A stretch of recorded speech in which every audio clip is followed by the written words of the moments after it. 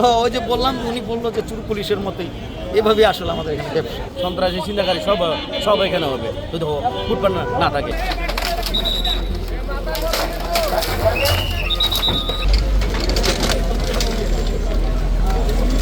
সুযোগ পেলে আবার বলবো, এই তো লাগাই উঠে বই এরকম। মার্কেটের কমিটিওয়ালারা চায় আমরা কিন্তু ব্যবসা করে হেরা চায় না। বর্তমানে যে সরকার এই করতেছে, সরকারের যে উৎস করছে, এটা সরকারের মোটেও ঠিক না। বর্তমানে মোটেও ঠিক না, কারণ এখানে যে এখন বর্তমানে যে মার্কেট কমিটির দুলন সাহেব, সে এখানে এই উৎসবটা যে উৎসঙ্গ করতেছে, এটা তাদের ব্যক্তিগত ব্যাপার, তাদের একটা ব্যক্তিগত তাদের। আমাদের এখানে আমরা দোকান তৈরি করি, দীর্ঘ আমি আজকে 17 বছর আমি এখানে দোকান তৈরি করি, আমি চাকরি করে খাই। কারণ আমাদের কোনো আর মার্কেটে কোনো সরকারি পদে চাকরি করে আমাদের কোনো বিকল্প নাই। কারণ আমার ফ্যামিলি আছে, আমার মা আছে, ভাই বোন আছে, আত্মীয় স্বজন আছে, আমার না সবার এখানে অনেকের লোক আছে। মনে করেন আপনারা তো দেখতে আছেন, আমরা এটা করে খাইতে হইব, এছাড়া আমাদের বিকল্প। সরকার হঠাৎ করে যে উদ্যোগটা নিচ্ছে, এটা সরকারের মোটেও ঠিক না। যদি আমাদের পূর্ণবাসন ছাড়া সরকারি করে, তাহলে আমরা কোথায় যাবো?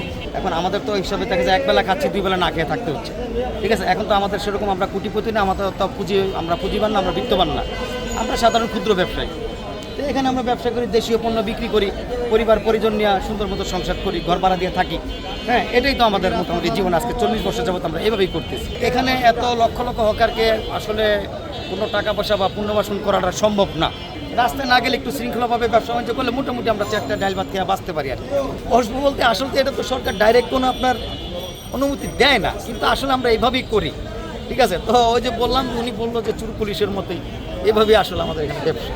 সুযোগ পেলে আবার বলবো, এই তো লাগাই উঠে বই এরকম। চোর পুলিশ খেলা হয়ে গেছে, অবস্থা তো খারাপ হবে, পরিস্থিতি খারাপ হইব না। তোর তো মা বাবা আছে, ভাই বোন আছে, ফ্যামিলি আছে। একটা দিন দোকান না করলে ঢাকা শহরে খরচ হয়ে যাবে 500 টাকা করে একজনের প্রতি। 500 টাকা দায় কামাই, এটা দিয়ে আমার মা বাবার ওষুধ কিনি, বাবার ওষুধ কিনি, বাচ্চা দুধ কিনি, এই বাচ্চারা স্কুলে ভর্তি করাই, স্কুলে বেতন দেই, নিজে চলি। দেখে আমার এইভাবে আমরা দিন আনি দিন খাই। মার্কেটের কমিটিওয়ালারা চায় আমরা কিন্তু ব্যবসা করে হেরা চায় না।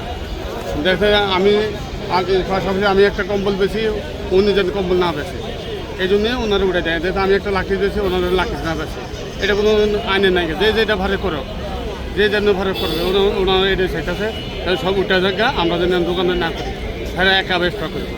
এই জন্যে আমরা অনেকে মাইদুরও করছি। আমি বেতন পাই 600 টাকা, এই দিয়ে আমার মা ভাই বোন, আমার আত্মীয় স্বজন, আমি নিজে আমার ফ্যামিলি চলি। তাই আপনি বলেন, এবার আমি যদি দিনে একদিন বসে থাকি, তাহলে আমি কই যাবো? আমার ফ্যাটটা চলবো কীভাবে? সন্ত্রাসী চিন্তাকারী সব এখানে হবে যদি ফুটপাত না থাকে। মার্কেট থেকে আপনি এখানে আসছে একটু মানুষ কমার জন্য, কারণ মানুষের একটু যে মার্কেটে মনে করে একটা জিনিস বেচে 1500 টাকা, এখানে অন্তত মানুষের 500 টাকা কম পায়। এই জন্য সাধারণ মানুষ এখানে আসে। তো এটা তো সরকার হঠাৎ করে এটা উদ্যোগ নিচ্ছে, সরকার এটা মোটামুটি। কারণ আমরা বিএমপিকে ভোট দিচ্ছি, এখন আমাদের মনে করেন হাতের কালি এখনও আমরা শেষ না। আমাদের পূর্ণবাসন ছাড়া সরকার এটা কোনো তারা একটা আলোচনার মাধ্যমে, যেখানে সরকারের একটা সুবিধা, আমাদের একটা সুবিধা আলোচনার মাধ্যমে আমাদের স্থান দেয়।